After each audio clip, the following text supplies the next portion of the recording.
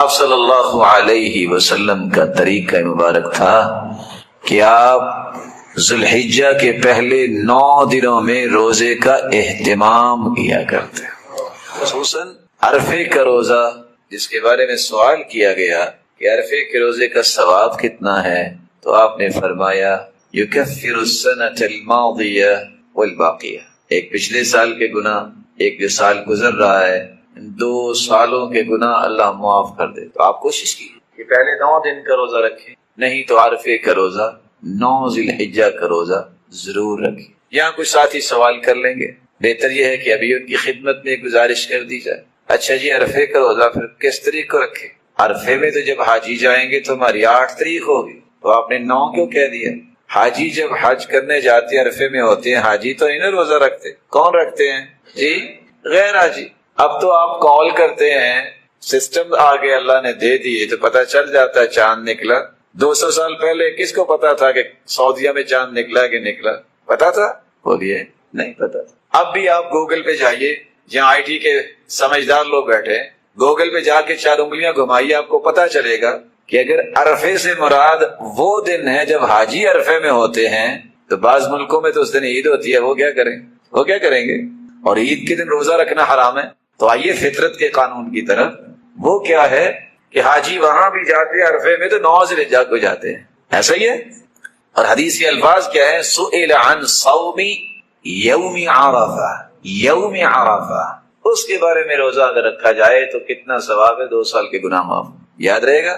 آپ کوشش کریں کہ گوگل سے نکال کے دے دیجئے۔ یہ ملک جو ہے نیوزی لینڈ اور دیگر 11 گھنٹے وہ آگے اس وقت عید پڑھ رہے ہوں گے، تو ان کو آپ کیسے پابند بنائیں گے کہ وہ جو ہے وہ عید کے دن بھی روزہ رکھے؟ اور ویسے بھی حکم یہ ہے کہ آپ چاند دیکھ کے روزہ رکھے اور چاند دیکھ کے عید منائیں، جیسا کہ رمضان میں اور عید الفطر میں ہوتا ہے۔ تو ہمیں اپنے اپنے مطلع کے مطابق ہی اپنے عید منانی چاہیے۔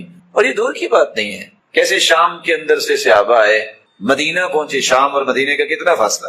پوچھا آپ نے روزہ کب رکھا؟ کہتے جمعے کو۔ مدینے والے سے پوچھا آپ نے روزہ کب رکھا؟ مسلم کی روایت ہے، ہفتے کو۔ وہاں جمعے کو چاند نظر آیا اور یہاں ہفتے کو چاند نظر۔ اس لیے مطالعے کا اعتبار کرنا چاہیے، ضد میں نہیں آنا چاہیے۔ اور آپ دیکھیے گا یہاں کوئی اختلاف نہیں ہوگا۔ اختلاف کہاں ہوگا؟ بس وہ ایشو بنے گا رمضان کے شروع میں، محرم میں بھی کوئی اختلاف نہیں ہوگا۔ پورے سال کوئی بات نہیں کرے گا چاند نکلا ہے کہ نکلا، بلکہ کبھی کسی نے دیکھا بھی نہیں ہوتا۔ دعا کتنے لوگ پڑھتے ہوں گے اس وطن عزیز میں؟ 22.5 کروڑ عوام میں سے پڑھنا تو دور کی بات ہے، کتنے کروڑ لوگوں کو دعا یاد ہو؟ آپ ریشو تو نکالی۔ اور میں نے تو بہت بڑی بات کہہ دی، نمازی کتنے ہیں پہلے یہی چیک کر۔ كان يصوم 9 ذي الحجة ويوم عاشوراء و3 أيام من كل شهر۔ آپ صلی اللہ علیہ وسلم کا طریقہ مبارک تھا کہ آپ ذوالحجہ کے پہلے 9 دنوں میں روزے کا اہتمام کیا کر، اور خصوصاً عرفے کا روزہ، جس کے بارے میں سوال کیا گیا کہ عرفے کے روزے کا ثواب کتنا ہے، تو آپ نے فرمایا یکفر السنۃ الماضیہ والباقیہ، ایک پچھلے سال کے گناہ، ایک جو سال گزر رہا ہے، 2 سالوں کے گناہ اللہ معاف کر دیتے۔ تو آپ کوشش کیجیے کہ پہلے 9 دن کا روزہ رکھیں، نہیں تو عرفے کا روزہ، 9 ذی الحجہ کا روزہ ضرور رکھیں۔ یہاں کچھ ساتھی سوال کر لیں گے، بہتر یہ ہے کہ ابھی ان کی خدمت میں گزارش کر دی جائے۔ اچھا جی، عرفے کا روزہ پھر کس تاریخ کو رکھیں؟ عرفے میں تو جب حاجی جائیں گے تو ہماری 8 تاریخ ہوگی، تو آپ نے 9 کیوں کہہ دیا؟ حاجی جب حج کرنے جاتے ہیں عرفے میں ہوتے ہیں، حاجی تو انہیں روزہ رکھتے، کون رکھتے ہیں جی؟ غیر حاجی۔ اب تو آپ کال کرتے ہیں، سسٹم آگے اللہ نے دے دیے تو پتہ چل جاتا ہے چاند نکلا۔ 200 سال پہلے کس کو پتا تھا کہ سعودیہ میں چاند نکلا کہ نکلا؟ پتا تھا؟ بولیے، نہیں پتا۔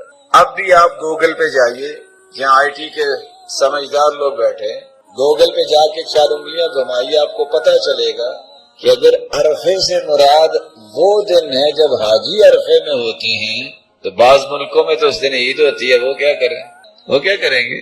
اور عید کے دن روزہ رکھنا حرام ہے۔ تو آئیے فطرت کے قانون کی طرف، وہ کیا ہے کہ حاجی وہاں بھی جاتے ہیں عرفے میں تو 9 ذی الحجہ کو جاتے ہیں، ایسا ہی ہے۔ اور حدیث کے الفاظ کیا ہے؟ سئل عن صوم یوم عرفہ، یوم عرفہ، اس کے بارے میں روزہ اگر رکھا جائے تو کتنا ثواب ہے، 2 سال کے گناہ معاف۔ یاد رہے گا؟ آپ کوشش کریں کہ گوگل سے نکال کے دے دیجئے، یہ ملک جو ہے یا نیوزی لینڈ اور دیگر 11 گھنٹے وہ آگے اس وقت عید پڑھ رہے ہوں گے، تو ان کو آپ کیسے پابند بنائیں گے کہ وہ جو ہے وہ عید کے دن بھی روزہ رکھے؟ اور ویسے بھی حکم یہ ہے کہ آپ چاند دیکھ کے روزہ رکھے اور چاند دیکھ کے عید منائیں، جیسا کہ رمضان میں اور عید الفطر میں ہوتا ہے۔ تو ہمیں اپنے اپنے مطلع کے مطابق ہی اپنے عید منانی چاہیے، اور یہ دور کی بات نہیں ہے۔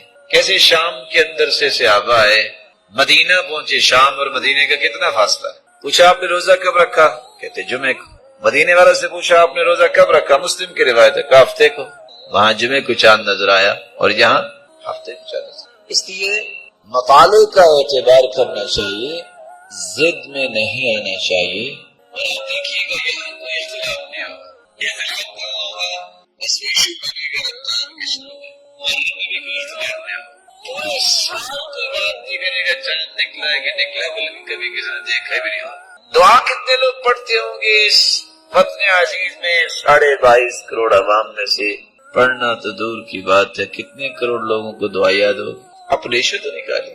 اور میں نے تو بہت بڑی بات کہہ دی، نمازی کتنے ہیں پہلے یہی چیک کریں۔ کام باندھنے کے بعد بلا شبہ آپ حج کے لیے گھر سے نکلے ہیں، حج کے لیے نکلتے وقت 4 باتیں کبھی نہ بھولیں۔ اپنے والدین کو راضی کر کے، اپنی وصیت لکھ کے، اور حج کے احکامات کو سمجھ کے اپنی ضروریات کو ساتھ لے جانا نہ بھولیے، وگرنہ آپ کو پریشانی ہوگی۔ یہ 20 دن سے 40 دن کا سفر اگر آپ نے حج کا طریقہ نہ سمجھا تو ضائع ہو جائے گا۔ وصیت لکھے میں نے اس کا دینا ہے، اس کا لینا ہے، میرے مال سے اتنا فلاں کو دے دینا۔ والدین کو راضی کریں، دعائیں اور اذکار یاد کریں، اور آپ کے علم میں ہونا چاہیے کہ میں نے حج کیسے کرنا ہے۔ معلم کتنا کچھ سکھائے گا اور کس طرح سکھائے گا، آپ کو ساری چیزیں سیکھ کے جانی چاہیے۔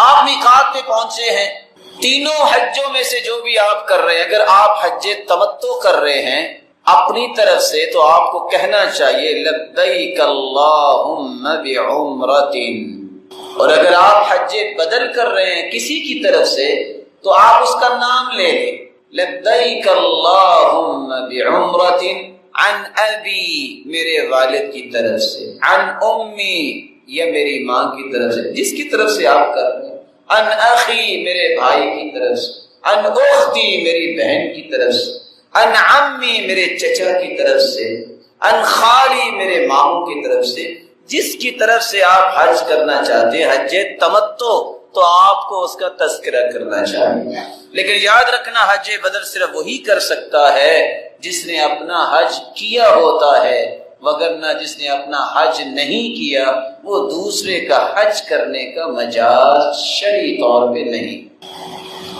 اور اگر آپ حج قران کرنا چاہتے ہیں، جو میں نے آپ سے عرض کیا کہ سواری تو ساتھ جا نہیں سکتی، لیکن اگر کوئی ایسا بہادر آ ہی جائے نظر تو اس کو کرنا چاہیے لبیک اللہم بحجۃ وعمرۃ۔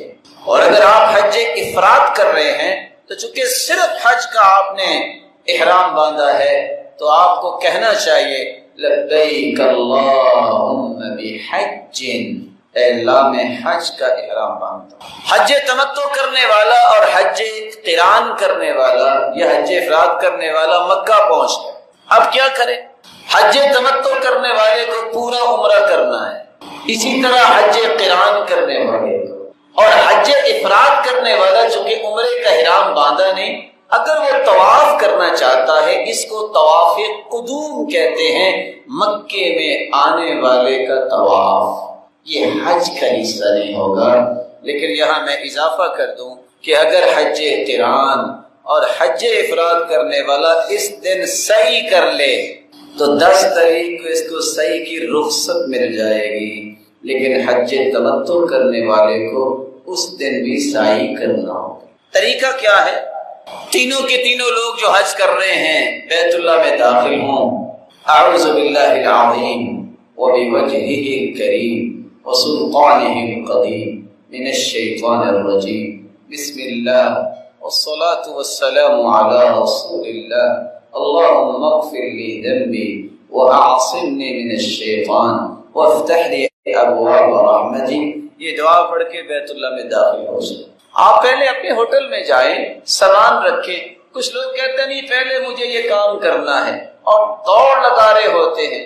ارے بھائی آپ دوڑنے کے لیے آئے، سکون سے آپ سامان رکھیں، شاور لیں، تھکاوٹ نہیں ہے تو پوری کرے، صرف سرف کو نہ ڈھانپیں آپ، اور فریش ہو کے آپ بیت اللہ جائیں تاکہ آپ سیر ہو کے دعائیں کریں جس کے لیے آپ آئے ہیں. آپ جب بیت اللہ کا طواف کرنے لگے تو آپ کو استباء کرنا ہوگا. استباء کا مطلب ہے جو چادر اوپر لی ہوتی ہے اس کو دائیں بغل کے نیچے سے نکالتے ہیں اور بائیں کندھے پہ اس کو رکھ لیتے ہیں. گویا کہ دایاں کندھا طواف کرتے وقت انسان کو ننگا رکھنا ہے. کچھ لوگ جب دین کی سمجھ نہیں ہوتی وہ سخت گرمی میں بیچارے لاہور سے ہی کر لیتے. اس لیے میں کہتا ہوں پہلے سے حج سمجھنا چاہیے. آپ جب حجر اسود کے سامنے پہنچے حکم تو یہ اس کو بوسہ دے. اگر بھیڑ ہے تو آپ حکم یہ بھی ہے کسی کے ہاتھ میں لاٹھی ہے اس کو لگا کے چوم لے. اب وہ ممکن ہے لاٹھی لے جانے نہیں دے گا کہ کھوٹی کسی کے ہاتھ میں ہو. پھر آپ اس کے سامنے آ کے بسم اللہ اللہ اکبر کہہ کے اپنا طواف شروع کریں. اور اس سے پہلے اگر آپ بیت اللہ کو دیکھتے ہیں تو آپ یہ دعا پڑھ سکتے ہیں اللہم زد ھذا البیت تعظیما وتشریفا وتکریما ومحابتا وبرا. اے اللہ اس گھر کو عزت میں، شرف میں، نیکی میں اور رعب اور ہیبت میں اور زیادہ کر دے. آپ طواف سے پہلے یہ دعا پڑھیں جب شروع کرتے ہو اللہم ایمانا بک وتصدیقا بکتابک ووفاء لعہدک وتطبیقا واتباعا لسنت نبیک محمد صلی اللہ علیہ وسلم. اللہ تجھ پہ ایمان لاتے ہوئے، تیرے وعدے کا ایفا کرتے ہوئے، تیرے نبی کی سنت کو زندہ کرتے ہوئے میں طواف شروع کرنے لگا ہوں. اللہم انت السلام ومنک السلام فحینا ربنا بالسلام. اے اللہ تو ہی سلامتی والا ہے تو مجھے بھی سلامتی عطا کر. اے اللہ مجھے زندہ بھی رکھ تو میرے ایمان کی سلامتی کے ساتھ. 3 چکر پہلوانوں کی طرح چلنا ہے، جو چاہے دعا کرے. لیکن رکن یمانی جو حجر اسود سے پہلا کونا ہے اس کے اور حجر اسود کے درمیان صرف ایک دعا پڑھی جاتی ہے ربنا آتنا فی الدنیا حسنہ وفی الآخرۃ حسنہ وقنا عذاب النار. 3 چکروں کے بعد اب بقیہ 4 چکر سکون سے آپ چلیں. 7 چکر گزارنے کے بعد مقام ابراہیم کے پاس 2 رکعتیں ادا کریں. پہلی رکعت میں سورۃ کافرون اور دوسری رکعت میں قل هو اللہ احد پڑھیں. اور اس کے بعد آپ دوبارہ اگر وقت ہے تو بوسہ لے سکتے ہیں، نہیں ہے تو ٹھیک. آپ ملتزم پہ آ سکتے ہیں جو دروازہ ہے اور حجر اسود یہ درمیانی حصہ ملتزم کا ہے.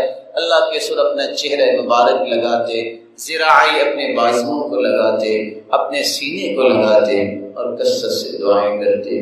لیکن اگر یہ سین نہیں بن سکتا تو پھر آپ سعی کے لیے چلے جائیں. زمزم پہلے پئیں.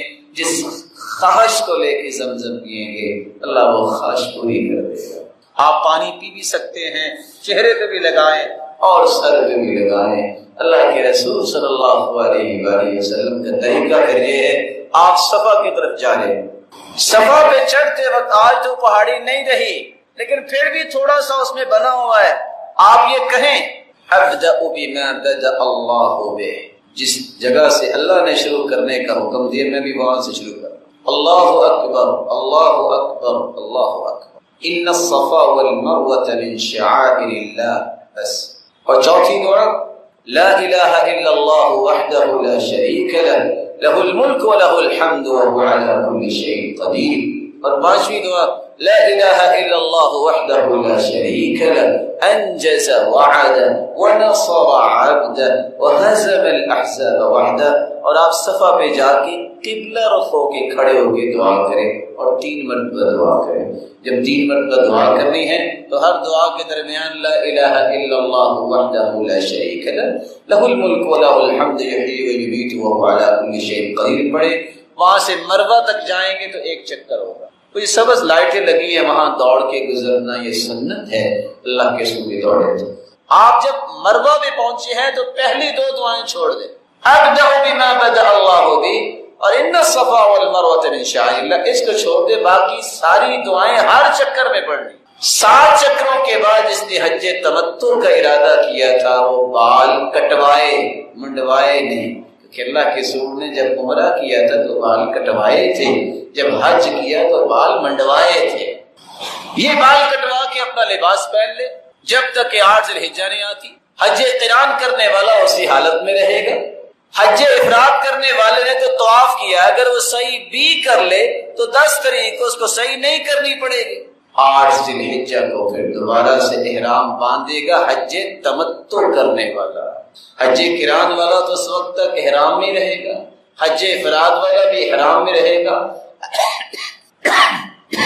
8 ذی الحجہ کو ظہر کی نماز سے پہلے آپ مینا پہنچے، جس جگہ آپ ہوٹل میں ٹھہرے ہیں وہاں سے آپ نیت کریں، جیسے آپ نے یہ کہا تھا لبیک اللہم بحجۃ بعمرۃ، اب آ کے حج کی نیت کر لے، عمرہ کی جگہ پہ حج کا نام لے لے، اور آپ ظہر کی نماز، عصر کی نماز، مغرب کی نماز، عشاء کی نماز، صبح کی نماز، یہ 5 نمازیں مینا میں پڑھنی ہیں اور قصر کے ساتھ پڑھنی ہیں، کیونکہ رسول اللہ صلی اللہ علیہ وسلم کے صحابی بیان کرتے ہیں صلی الصلاۃ الرباعیۃ بمنن، اللہ کے رسول نے مینا میں 4 رکعتی نماز کو 2 رکعت پڑھا۔